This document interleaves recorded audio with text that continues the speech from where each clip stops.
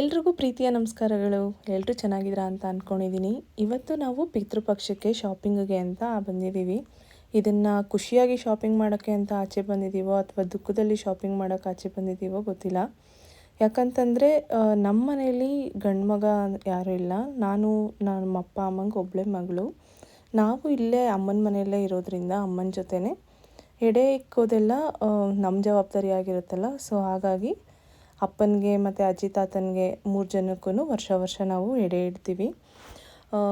ತುಂಬಾ ಬೇಜಾರಾಗುತ್ತೆ ಇದನ್ನು ಹಬ್ಬ ಅಂತ ಸೆಲೆಬ್ರೇಟ್ ಮಾಡೋದಕ್ಕೆ. ಯಾಕಂತಂದರೆ ನನಗೆ ಅಜ್ಜಿ ತಾತನ ಜೊತೆ ಅಷ್ಟು ಬಾಂಡಿಂಗ್ ಇರಲಿಲ್ಲ.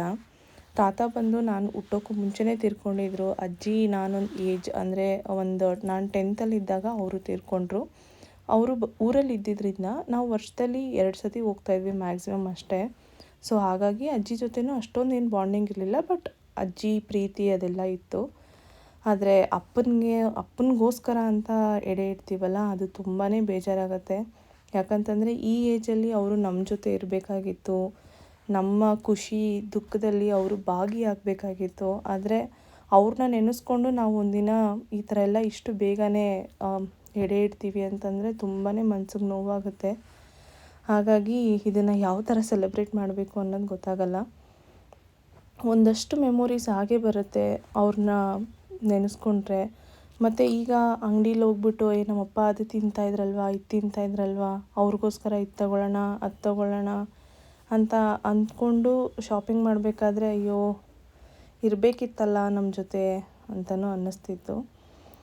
ನಾವು ಮುಂಚೆ ಎಲ್ಲ ಎಡೆ ಇಡ್ತಾಯಿದ್ದು ಒಟ್ಟಿಗೆ ಇಡ್ತಾಯಿದ್ರಂತೆ ಊರಲ್ಲಿ.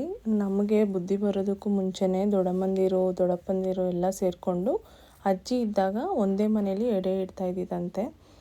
ಆಮೇಲೆ ಯಾವಾಗ ಎಲ್ಲ ಫ್ಯಾಮಿಲಿ ಎಲ್ಲ ಡಿವೈಡ್ ಆಯಿತು, ಅವ್ರವ್ರ ಮನೇಲಿ ಅವ್ರವರು ಪಕ್ಷ ಮಾಡೋದಕ್ಕೆ ಅಂತ ಶುರು ಮಾಡಿಕೊಂಡ್ರು. ಬಟ್ ನಾವು ನಮ್ಮ ಮನೇಲಿ ಅಂದರೆ ನಾವೇ ಸಪ್ರೇಟಾಗಿ ಎಡೆ ಇಡೋದು ಹತ್ರ ಎಲ್ಲ ಮಾಡ್ತಾಯಿರಲಿಲ್ಲ. ನಮ್ಮ ಇನ್ನೊಬ್ಬರು ದೊಡ್ಡಮ್ಮ ಬಂದು ಇಲ್ಲೇ ಬೆಂಗಳೂರಲ್ಲೇ ಸೆಟ್ಲ್ ಆಗಿದ್ದರಿಂದ ನಾವು ಅವ್ರ ಮನೆಗೆ ಹೋಗ್ಬಿಟ್ಟು ಎಡೆ ಇಡ್ತಾಯಿದ್ವಿ ಅವ್ರ ಜೊತೆಗೇ. ಬಟ್ ಆಮೇಲೆ ನಮ್ಮಪ್ಪ ಗೊತ್ತಿಲ್ಲ, ನಾವೇ ನಮ್ಮ ಮನೇಲಿ ಇಟ್ಕೊಳ್ಳೋಣ ಅನ್ನೋ ಥರ ಡಿಸೈಡ್ ಮಾಡಿದ್ವಿ. ಅದಾದಮೇಲಿಂದ ನಾವು ಪಕ್ಷ ಮಾಡೋದಕ್ಕೆ ಶುರು ಮಾಡಿದ್ವಿ. ಅದು ಈಗ ರೀಸೆಂಟಾಗಿ ಒಂದು 6-7 ವರ್ಷದಿಂದ ಸ್ಟಾರ್ಟ್ ಮಾಡಿದ್ದು. ನಾವು ಯಾವಾಗ ಎಡೆ ಇಡೋಕ್ಕೆ ಶುರು ಮಾಡಿದ್ವಿ ಅದಾದಮೇಲೆ 2 ವರ್ಷ ಅನಿಸುತ್ತೆ ನಮ್ಮಪ್ಪ ನಮ್ಮ ಜೊತೆ ಸೇರಿಕೊಂಡು ಎಡೆ ಇಟ್ಟಿದ್ದು. ಅದಾದಮೇಲೆ ಆ ಥರನೂ ಒಂದು ದಿನ ಬರ್ಬೋದು ಅಂತ ಅಂದ್ಕೊಂಡಿರಲಿಲ್ಲ. ಯಾಕಂದರೆ ಇಷ್ಟು ಬೇಗ ಅವ್ರ ಹೆಸ್ರು ಹೇಳ್ಕೊಂಡು ಅವ್ರಿಗೂ ನಾವು ಪೂಜೆ ಮಾಡ್ತೀವಿ ಅಂತ ಅನ್ನೋದು. ಇದನ್ನೆಲ್ಲ ಇವಾಗ ರೆಕಾರ್ಡ್ ಮಾಡಬೇಕಾದ್ರೆ ತುಂಬಾ ಫೀಲ್ ಆಗುತ್ತೆ. ಅಂದರೆ ಈ ಥರ ಎಲ್ಲ ಹೇಳ್ಕೊಂಡು ನಾನು ರೆಕಾರ್ಡ್ ಮಾಡ್ತಾ ಇದ್ದೀನಲ್ಲ ಅನ್ನೋ ಥರ. ಯಾಕಂದರೆ ಅದು ಒಂದೊಂದೇ ಮೆಮೊರೀಸ್ ಅವ್ರ ಜೊತೆ ಇದ್ದಿದ್ದು, ಅವ್ರ ಜೊತೆ ಅವರು ನಮ್ಮ ಜೊತೆ ಮಾತಾಡ್ತಾ ಇದ್ದಿದ್ದು, ಕಾಲ ಕಳೀತಾ ಇದ್ದಿದ್ದು, ಅದೆಲ್ಲ ತುಂಬಾ ಮೆಮೊರೀಸ್ ಬರುತ್ತೆ. ಅದು ಕಳ್ಕೊಂಡಿರೋರಿಗೆ ಗೊತ್ತಾಗುತ್ತೆ ಅನಿಸುತ್ತೆ ಅದು ಫೀಲಿಂಗ್ ಏನಂತ. ಅಜ್ಜಿ ತಾತಂಗೆ ಎಡೆ ಇಡೋದು ಅಥವಾ ದೊಡ್ಡಪ್ಪ ದೊಡ್ಡಮ್ಮಂದಿರಿಗೆ ನಾವು ನಡ್ಸ್ಕೊಂಬಂದಿರೋದನ್ನ ಎಡೆ ಇಡೋದು ಅದೇ ಒಂಥರ ಡಿಫ್ರೆಂಟ್ ಫೀಲಿಂಗ್ ಇರುತ್ತೆ. ಬಟ್ ಪೇರೆಂಟ್ಸ್ಗೆ ಅಂತ ಇಡ್ತೀವಲ್ಲ, ಅದು ಯಾರಿಗೂ ಬರಬಾರ್ದು ಅಷ್ಟು ಬೇಗ. ಈಗ ನಮ್ಮ ಜೊತೆ ಅವರು ಟೈಮ್ ಸ್ಪೆಂಡ್ ಮಾಡೋ ಅಂಥ ಏಜ್ ಇದು. ಬಟ್ ಎಲ್ಲ ಪ್ರಿಪೇರ್ ಮಾಡಿ ಇಡೋದು ಅಮ್ಮಂದಿರಿಗೂ ಅಷ್ಟೇ ನೋವಾಗುತ್ತೆ ಕಳ್ಕೊಂಡಿರೋರನ್ನ, ಅಥವಾ ಅಮ್ಮನ ಕಳ್ಕೊಂಡಿರೋದು ಅಷ್ಟೇ ನೋವಾಗುತ್ತೆ. ಅದೇ ಫೀಲಿಂಗೇ. ಅಪ್ಪ ನಮ್ಮನ್ನ ಬಿಟ್ಟೋಗಿ ಆಲ್ಮೋಸ್ಟ್ 6 ವರ್ಷ ಆಗ್ತಾ ಬರ್ತಾಯಿದೆ. 6 ವರ್ಷದಿಂದನೂ ನಾವು 1 ವರ್ಷನೂ ಮಿಸ್ ಮಾಡಿಲ್ಲ ಎಡೆ ಇಡೋದನ್ನು. ಮನೇಲಿ ಗಂಡು ಮಗ ಇಲ್ದ ಮುಂದಕ್ಕೆ ನಡ್ಸ್ಕೊಂಡು ಹೋಗಲ್ವೇನೋ ಅನ್ನೋ ಥರ ಕೊರಗು ಇರಬಾರ್ದು ಅಂತ ಅಂದ್ಬಿಟ್ಟು ನಾನು ನನ್ನ ಹಸ್ಬೆಂಡ್ ಇಬ್ಬರು ಸೇರಿ ಅಷ್ಟೇ ನಿಷ್ಠೆಯಿಂದ ಏನೇನು ಅವರು ಇಷ್ಟಪಡ್ತಾಯಿದ್ರು, ಏನೇನು ಮಾಡ್ತಿದ್ರು ಅದನ್ನೆಲ್ಲ ನಾವು ಅಷ್ಟೇ ನಿಷ್ಠೆಯಿಂದ ಒಂದು ಮಿಸ್ ಆಗಬಾರ್ದು ಅಂತ ನೋಡ್ಕೊಳ್ತೀವಿ. ನಮ್ಮ ಅಪ್ಪನಿಗೆ ಪರ್ಫ್ಯೂಮ್ ಅಂದರೆ ಇಷ್ಟ. ಆಮೇಲೆ ಅವ್ರು ಕುಡಿತಾ ಇದ್ದಿದ್ದು ಡ್ರಿಂಕ್ಸ್ನ ಕೂಡ ತೊಗೊಂಡು ಬಂದಿಡ್ತೀವಿ. ನಾರ್ಮಲ್ ಸಿಗರೇಟು ಎಲ್ಲ ಏನೂ ಮಿಸ್ ಆಗಬಾರ್ದು. ಕೊನೆ ಟೈಮಲ್ಲಿ ಅಂದರೆ ಎಲ್ಲ ರೆಡಿ ಮಾಡಾದ್ಮೇಲೂ ಒಂದು ಸರಿ ಚೆಕ್ ಮಾಡ್ಕೊತೀವಿ. ಏನಾದರೂ ಬಿಟ್ಬಿಟ್ಟಿದ್ದೀವ ಅವ್ರಿಗೆ ಇಷ್ಟಪಡೋ ಅಂಥದ್ದು, ನಾವೇನು ಇಟ್ಟಿಲ್ವಾ ಅದೆಲ್ಲ ನಾವು ಕನ್ಫರ್ಮ್ ಮಾಡಿಕೊಂಡೆ ಆಮೇಲೆ ಪೂಜೆ ಮಾಡೋಕ್ಕೆ ಸ್ಟಾರ್ಟ್ ಮಾಡೋದು. ನಮ್ಮ ಅಪ್ಪನಿಗೆ ಸಿಹಿ ಅಂದರೆ ತುಂಬ ಇಷ್ಟ. ಒಬ್ಬಟ್ಟು ಮಾಡಿ ಮತ್ತು ಕುರುಕಲು ತಿಂಡಿನ ಜಾಸ್ತಿ ಇಷ್ಟಪಡೋರು. ಸೊ ಹಾಗಾಗಿ bajji bonda tea coffee tea ಅಂತೂ ಬಿಟ್ಟೇ ಇರ್ತಾ ಇರಲಿಲ್ಲ. ಅವ್ರಿಗೆ ಗಂಟೆಗೂ ಕಾಫಿ ಟೀ ಬೇಕಾಗಿತ್ತು. ಕಾಫಿ ಟೀ ಬಿಸ್ಕೆಟ್ಸು ಇದೆಲ್ಲ ಅವ್ರು ತುಂಬ ಇಷ್ಟಪಡೋರು. ಆಮೇಲೆ ಕಡಲೆಪುರಿ, ಅದಕ್ಕೆ ಮಿಕ್ಸ್ಚರು ಈ ಥರ ಎಲ್ಲ ಇಷ್ಟಪಡೋರು ಅಂತ ಅದನ್ನೆಲ್ಲ ಸ್ವಲ್ಪ ಸ್ವಲ್ಪ ತಂದು ನಾವೆಲ್ಲ ಜೋಡಿಸಿ ಎಡೆ ಇಟ್ವಿ. ಮತ್ತು ನಾನ್ ವೆಜ್ಜಲ್ಲೂ ಅಷ್ಟೇ, ಅವ್ರಿಗೆ ಚಿಕನಲ್ಲಿ ಸಾರು ಮಾಡಿಬಿಟ್ಟು ಅದರಿಂದ ಎತ್ತಿ ಡ್ರೈ ಮಾಡಿದ್ರೆ ತುಂಬ ಇಷ್ಟಪಟ್ಟು ತಿನ್ನೋರು. ಸೊ ಹಾಗಾಗಿ ನಾನು ಅದು ಯಾವುದು ಮಿಸ್ ಮಾಡಬಾರ್ದು ಅಂತ ಸ್ವಲ್ಪ ಸ್ವಲ್ಪ ಆದರೂ ಪರವಾಗಿಲ್ಲ ಅಂತ ಚೂರು ಚೂರೇ ಮಾಡಿ ಅದೆಲ್ಲನೂ ರೆಡಿ ಮಾಡಿಕೊಂಡು ಎಡೆ ಇಡ್ತಾಯಿದ್ದೀವಿ. ಫಸ್ಟು ನಾವು ಊರಲ್ಲಿ ಎಲ್ಲ ಜೊತೇಲಿ ಸೇರಿ ಎಡೆ ಇಡಬೇಕಾದ್ರೆ ಫಸ್ಟು ನಾನ್ ವೆಜ್ಜೇ ಮಾಡಿ ಎಡೆ ಇಡ್ತಾಯಿದ್ದಂತೆ. ಆದರೆ ತುಂಬ ಜನ ಸೇರ್ತಾಯಿದ್ರು ಮತ್ತು ಅವಾಯ್ಡ್ ಮಾಡೋಕ್ಕಾಗ್ತಾಯಿರಲಿಲ್ಲ ಅಂದ್ಬಿಟ್ಟು ನಮ್ಮ ಅಜ್ಜಿ ನೀವೆಲ್ಲ ಸಿಹಿ ಮಾಡೋದಕ್ಕೆ ಶುರು ಮಾಡ್ಕೊಳ್ಳಿ, ನನ್ನ ತೀರ್ಕೊಂಡಂಥ ಕಾಲಕ್ಕೆ ಮತ್ತೆ ನೀವು ಖಾರ ಮಾಡಿ ಅಂತ ಹೇಳಿದ್ರಂತೆ.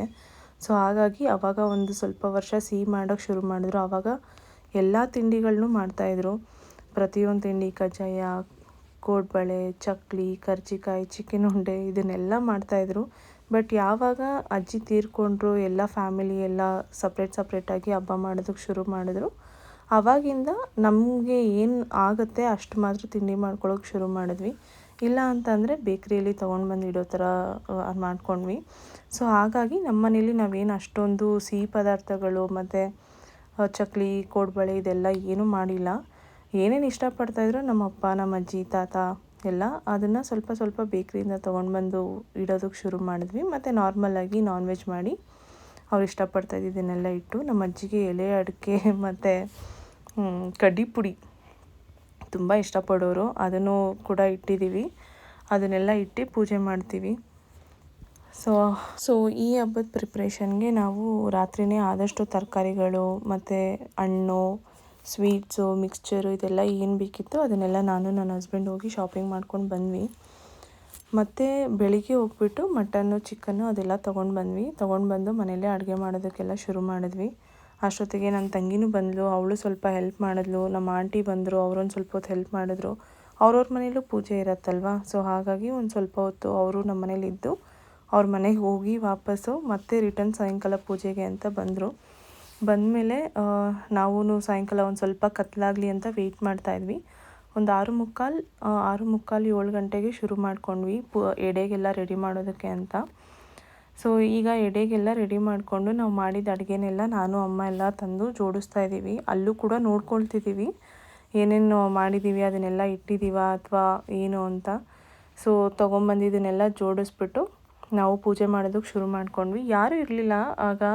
ನಾವು ಎಡೆಗೆ ರೆಡಿ ಮಾಡಬೇಕಾದ್ರೆ ನಾನು, ನನ್ನ ಹಸ್ಬೆಂಡು, ಅಮ್ಮ, ನನ್ನ ತಂಗಿ 4 ಜನ ಇದ್ವಿ. ಇಷ್ಟು ವರ್ಷ ನಮ್ಮ ಅಣ್ಣ, ಅತ್ತಿಗೆ ಎಲ್ಲ ಬರೋರು. ಅವರು ಕೂಡ ನಮ್ಮ ಅಂಕಲ್ ಮನೇಲೂ ಅವತ್ತೇ ಅಂದರೆ ಸೇಮ್ ದಿನವೇ ಪೂಜೆ ಮಾಡೋದ್ರಿಂದ ಅಲ್ಲಲ್ಲಿ ಡಿವೈಡ್ ಆಗಿಬಿಟ್ರು. ಅಲ್ಲಿಗೂ ಹೋದರು ಮತ್ತು ಇಲ್ಲಿಗೆ ಬರೋರು ಬಂದರು.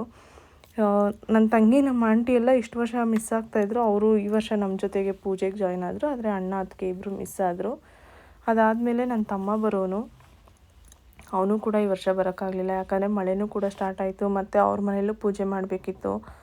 ಅಷ್ಟು ದೂರದಿಂದ ಅವನು ಮಳೆಲೆಲ್ಲ ಬರೋದಕ್ಕಾಗಲ್ಲ ಅಂದ್ಬಿಟ್ಟು ಅವನು ಕೂಡ ಮಿಸ್ ಆದ.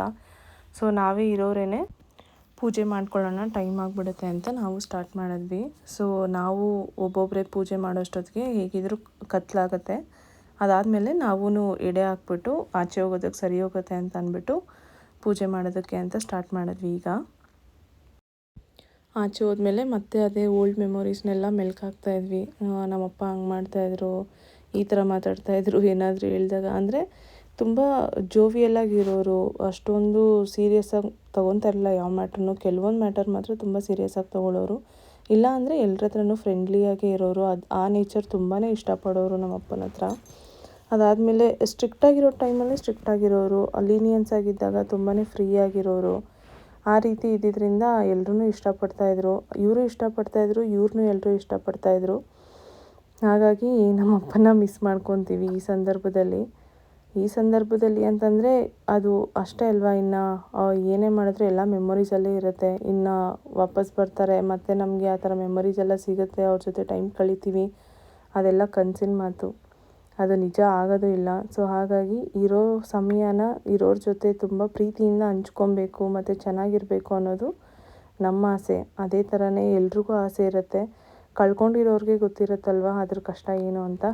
ಇನ್ನು ನೆಮ್ಮದಿಯಾಗಿ ಪೂಜೆ ಎಲ್ಲ ಮುಗಿಸ್ಕೊಂಡು ಧೂಪ ಎಲ್ಲ ಹಾಕ್ಬಿಟ್ಟು, ಈ ಹಬ್ಬಕ್ಕೆ ಮೇಯ್ನು ಧೂಪನೇ ಅಂತೆ. ಸೊ ಹಾಗಾಗಿ ನಾವು ಸಾಂಬ್ರಾಣಿ ಸ್ವಲ್ಪ ಜಾಸ್ತಿನೇ ಹಾಕ್ತೀವಿ.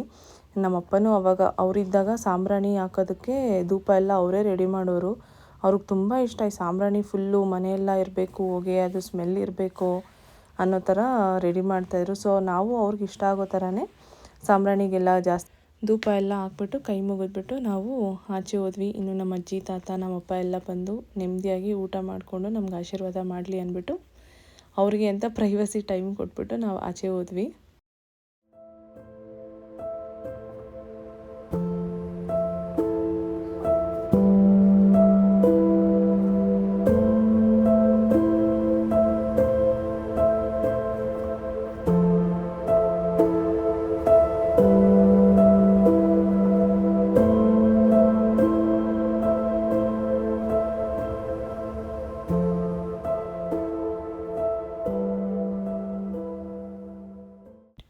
ಒಂದು 10 ನಿಮಿಷ ಹೊರಗಡೆ ಕೂತಿದ್ವಿ ಅಂತ ಅನಿಸುತ್ತೆ. ನಮ್ಮ ಅಜ್ಜಿ ತಾತಂಗೆ ಅಪ್ಪನಿಗೆ ಎಲ್ಲ ಊಟ ಮಾಡೋದಕ್ಕೆ ಟೈಮ್ ಕೊಟ್ಟಿದ್ವಲ್ಲ, ಸೊ ಹಾಗಾಗಿ ಅವ್ರು ಹೊಟ್ಟೆ ತುಂಬ ಊಟ ಮಾಡಲಿ ಅಂದ್ಬಿಟ್ಟು ನಾವು ಒಂದು 10 ನಿಮಿಷ ಆಚೆ ಕೂತಿದ್ವಿ. ಅದಾದಮೇಲೆ ನಮ್ಮಮ್ಮ 3 ಸತಿ ಬಾಗಿಲು ತಟ್ಬಿಟ್ಟು ನೀರು ಚುಮ್ಕಿಸ್ಕೊಂಡು ಒಳಗಡೆ ಬಂದು ಇನ್ನು ಎಡೆಗೆ ಏನೇನು ಪೂಜೆಗೆ ಇಟ್ಟಿದ್ವಲ್ವ ಐಟಮ್ಸು ಅದೆಲ್ಲ ಸ್ವಲ್ಪ ಎಡೆದು ತಿನ್ನಬೇಕು ಅಂತ ಅಂದ್ಬಿಟ್ಟು ಏನೂ ಟೇಸ್ಟ್ ನೋಡಿರಲಿಲ್ಲ. ಉಪ್ಪು ಖಾರ ಕರೆಕ್ಟಾಗಿದೆಯಾ ಅಥವಾ ಟೇಸ್ಟ್ ಹೇಗಿದೆ ಅಂತ ನಾವು ಯಾವುದೂ ಕೂಡ ಚೆಕ್ ಮಾಡಿರಲಿಲ್ಲ. ಅದು ಎಂಜಲ್ ಮಾಡಿಬಿಟ್ಟು ಪೂಜೆಗೆ ಇಡಬಾರ್ದು ಅಂತ ಅಂದ್ಬಿಟ್ಟು ಏನೂ ಚೆಕ್ ಮಾಡಿರಲಿಲ್ಲ. ಅದಾದಮೇಲೆ ಟೇಸ್ಟ್ ಹೇಗಿದೆ ನೋಡೋಣ ಅಂತ ಅಂದ್ಬಿಟ್ಟು ಆವಾಗ ಒಂದೊಂದು ಸ್ವಲ್ಪ ಚಿಕನ್ನು ಮಟನ್ ಎಲ್ಲ ಟೇಸ್ಟ್ ಮಾಡೋದಕ್ಕೆ ಕೂತ್ಕೊಂಡ್ರು. ನನ್ನ ಹಸ್ಬೆಂಡು ನನ್ನ ತಂಗಿನೂ ತಿಂತಾಯಿದ್ರು. ಅದಾದಮೇಲೆ ನಾನು ಅಮ್ಮ ಎಲ್ಲ ಕೂಡ ಎಡೆಲಿ ಇಟ್ಟಿದ್ದನ್ನ ಟೇಸ್ಟ್ ಮಾಡಿದ್ವಿ. ಅಷ್ಟೊತ್ತಿಗೆ ನಮ್ಮ ಅಂಕಲ್ ಕೂಡ ಬಂದರು. ಅಂಕಲು ದೇವಸ್ಥಾನ ಪೂಜೆ ಮಾಡೋದ್ರಿಂದ ಅವರು ನಾನ್ ವೆಜ್ ಏನೂ ತಿನ್ನೋದಿಲ್ಲ. ಸೊ ಹಾಗಾಗಿ ಅವರಿಗೆ ಬಜ್ಜಿ ಬೋಂಡ ಏನು ಮಾಡಿದ್ವಿ ಅದನ್ನು ಮಾತ್ರ ಟೇಸ್ಟ್ ಮಾಡಿದ್ರು. ಇನ್ನು ಇವಳು ನಮ್ಮನೆ ಹತ್ರನೇ ಇರೋ ಪಾಪು, ಇದಕ್ಕೂ ಮುಂಚೆನೂ ಒಂದು 2-3 ವೀಡಿಯೋದಲ್ಲಿ ಬಂದಿರ್ತಾಳೆ. ಅವ್ರ ಮನೇಲೂ ಕೂಡ ಪೂಜೆ ಮಾಡ್ತಾರೆ, ಬಟ್ ಅವರು ವೆಜ್ ಮಾಡೋದ್ರಿಂದ ನಮ್ಮ ಮನೇಲೇ ಊಟ ಮಾಡ್ಕೊಂಡು ಹೋಗು ಅಂತ ಅಂದ್ಬಿಟ್ಟು ನಾವು ಹಿಂಸೆ ಮಾಡಿ ಅವಳಿಗೂ ಕೂಡ ಊಟ ಮಾಡಿಸಿದ್ವಿ. ಅದಾದಮೇಲೆ ನಮ್ಮ ಅಮ್ಮನ ಫ್ರೆಂಡು ಕೂಡ ಬಂದಿದ್ದರು, ಆಂಟಿ. ಅವರು ಮನೆ ಹತ್ರನೇ ಇರೋದು. ಅವರು ಬಂದು ಊಟ ಮಾಡ್ಕೊಂಡು ಹೋದರು. ಆಮೇಲೆ ನಮ್ಮ ಅಣ್ಣ ನಮ್ಮ ಅತ್ತಿಗೆ ಇಬ್ಬರೂ ನಮ್ಮ ಚಿಕ್ಕಪ್ಪನ ಮನೆಗೆ ಹೋಗಿದ್ರು ಅಂತ ಹೇಳಿದ್ನಲ್ಲ, ಇನ್ನು ಇಲ್ಲಿ ಬಂದಿಲ್ಲ ಅಂದರೆ ಬೇಜಾರು ಮಾಡ್ಕೊತಾರೆ ಅಂದ್ಬಿಟ್ಟು ಅಲ್ಲೂ ಊಟ ಮಾಡಿಕೊಂಡು ನಮ್ಮನ್ನ ಮಾತಾಡಿಸ್ಕೊಂಡು ಹೋಗೋಣ ಅಂತ ಇವರು ಕೂಡ ಬಂದಿದ್ದರು. ಅವ್ರಿಗೂ ಹಿಂಸೆ ಮಾಡಿ ಬೇಡ ಅಂತಂದ್ರೂ ಒಂದು ಸ್ವಲ್ಪ ಚಿಕನ್ ಹಾಕ್ಕೊಟ್ಟಿದ್ದೆ. ಅದಕ್ಕೆ ಇಬ್ಬರು ಜಗಳ ಆಡ್ತಾಯಿದ್ದಾರೆ, ನೀನು ತಿನ್ನು ನಾನು ತಿನ್ನು ಅಂತ. ಅದಾದಮೇಲೆ ಮಳೆ ಸ್ಟಾರ್ಟ್ ಆಗೋಯಿತು. ಇನ್ನು ಟೈಮ್ ಬೇರೆ ಆಗಿಬಿಟ್ಟಿತ್ತಲ್ಲ, ಇನ್ನು ಮಳೆಗೆ ಸಿಗಾಕೊತಾರೆ ಅಂತ ಅಂದ್ಬಿಟ್ಟು ಅವರು ಕೂಡ ಹೊರಟರು. ಬಟ್ ಆ ಊಟ ಏನೂ ಮಾಡಿಲ್ಲ, ಜಸ್ಟ್ ಟೇಸ್ಟ್ ನೋಡಿ ನಮ್ಮನ್ನೆಲ್ಲ ಮಾತಾಡಿಸ್ಕೊಂಡು ಕೈ ಮುಕ್ಕೊಂಡು ಅವರು ಕೂಡ ಮನೆಗೆ ಹೊರಟರು. ಇನ್ನು ಅಣ್ಣ ಮತ್ತು ಅತ್ತಿಗೆ ಹೊರಡ್ತಾ ಇದ್ದಾಗೆ ನನ್ನ ತಂಗಿನೂ ನಮ್ಮ ಚಿಕ್ಕಮ್ಮನೂ ಅವರು ಕೂಡ ಹಿಂದೆನೇ ಹೊರಟರು. ಅವ್ರಿಗೂ ಕೂಡ ಟೈಮ್ ಆಗಿತ್ತು. ಮನೆ ಹತ್ರ ಇದ್ರೂ ಮಳೆಗೆ ಸಿಗಾಕೊತೀವಿ ಅನ್ನೋ ಕಾರಣಕ್ಕೋಸ್ಕರ ಅವರು ಕೂಡ ಬೇಗನೆ ಹೊರಟರು. ಇನ್ನು ನಮ್ಮ ಅಜ್ಜಿ ತಾತ ಮತ್ತು ನಮ್ಮಪ್ಪ ಏನೇ ತಪ್ಪು ಏನೇ ಸರಿ ಮಾಡಿದ್ರು ಎಲ್ಲ ಅಡ್ಜಸ್ಟ್ ಮಾಡಿಕೊಂಡು ನಮ್ಗೆ ಆಶೀರ್ವಾದ ಮಾಡಿರ್ತಾರೆ ಅಂತ ಅಂದ್ಕೊಂಡಿದ್ದೀನಿ. ಸೊ ಇದಿಷ್ಟ ಆಗಿತ್ತು ನಮ್ಮ ಹಬ್ಬದ ಕತೆ. ಈಗ ನಾನು ಮಾಡಿರೋ ವಿಡಿಯೋ ನಿಮಗೆ ಇಷ್ಟ ಆಯಿತು ಅಂದರೆ ದಯವಿಟ್ಟು ನನ್ನ ವಿಡಿಯೋಗೆ ಒಂದು ಲೈಕ್ ಮಾಡಿ, ಶೇರ್ ಮಾಡಿ ಮತ್ತು ಕಮೆಂಟ್ ಮಾಡಿ ಅಂತ ಕೇಳ್ಕೊತೀನಿ. ಇನ್ನೂ ಯಾರೆಲ್ಲ ನನ್ನ ಚಾನಲ್ನ ಸಬ್ಸ್ಕ್ರೈಬ್ ಮಾಡಿಲ್ಲ ಆದಷ್ಟು ಬೇಗ ಸಬ್ಸ್ಕ್ರೈಬ್ ಮಾಡ್ಕೊಳ್ಳಿ. ನಿಮ್ಮ ಲವ್ ಮತ್ತು ಸಪೋರ್ಟ್ ನನಗೆ ತುಂಬ ಮುಖ್ಯ ಅಂತ ಹೇಳ್ತಾ ಮತ್ತೆ ನೆಕ್ಸ್ಟ್ ವಿಡಿಯೋದಲ್ಲಿ ಸಿಗ್ತೀನಿ. Thank you.